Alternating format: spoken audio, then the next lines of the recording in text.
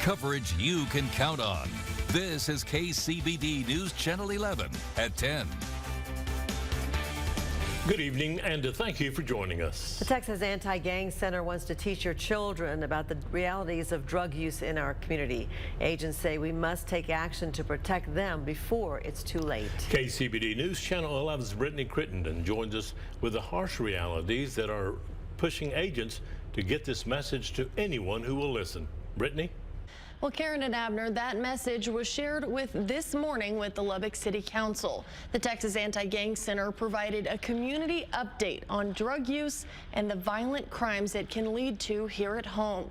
The presentation included an overwhelming amount of videos and photos showing the devastating impacts.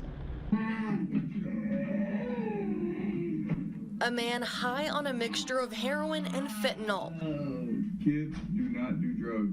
The Texas Anti-Gang Center says the man who gave it to him drove to Mexico and bought it from the cartel before bringing it to Lubbock. If this drug would have got released into the heroin world here, we would have had mass overdoses with that drug. A young woman slumped over on fentanyl in her Lubbock apartment. Another smoking fentanyl in her car near 19th and Frankfurt. Hey, let me take this money and I'm gonna go get that room, okay? A man stealing from a woman high in a Lubbock hotel room. A young man shot over $200. It needs to be tied off right here. She was a cheerleader. A deputy saving the life of a local teenage cheerleader and valedictorian who overdosed in her home. Anti-Gang Center investigators say these are the stories everyone in Lubbock should hear. We've gone to churches. We'll pretty much go to anywhere someone will listen to us. One thing we're missing on our side is education, and we have to get this in front of the kids. Because of them, this stuff is just not dangerous.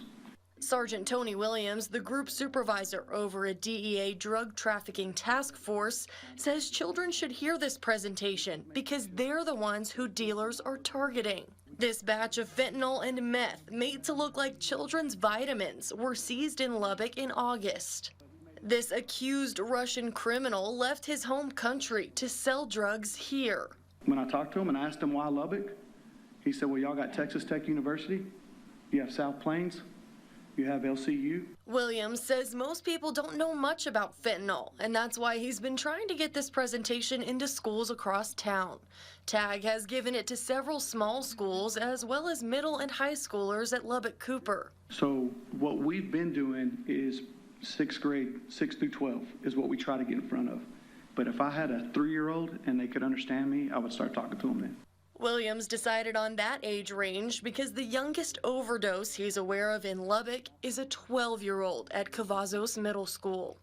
The harsh realities bringing out emotions on the dais.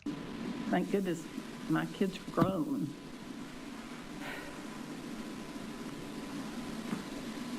But as a parent, you have to have some help.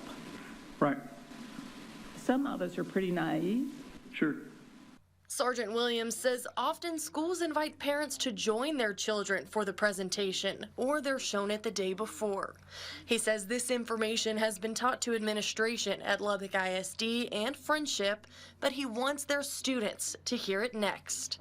I'm not going to take my presentation in there and dole it down or try to sugarcoat it, because the kids are seeing that. And it's in every school. We did this presentation at Trinity. And by the time I got to my truck, a kid walked out, handed me a tag to a car, and said, this is who's selling to the kids here at Trinity. Williams says if your child has a phone, the contents of his presentation probably won't surprise them. He also warns fentanyl isn't something that's only affecting certain people groups or a certain side of town. Karen and Abner. Thank you, Brittany.